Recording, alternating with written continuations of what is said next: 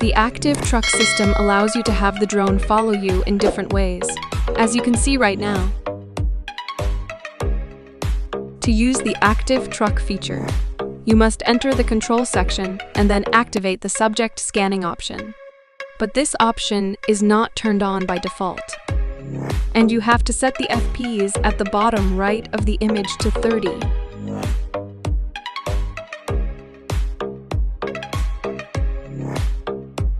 But in the default mode, when you unpack the drone, you can never use this Aktive truck.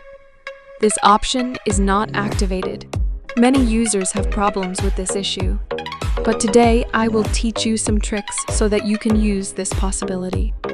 Number 1. Aktive truck feature is only used in simple imaging mode or taking photos.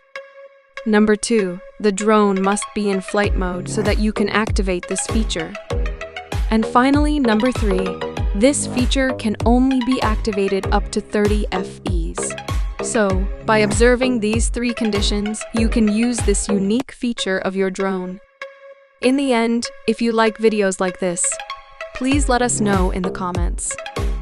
I need your support more than ever. Please like and subscribe.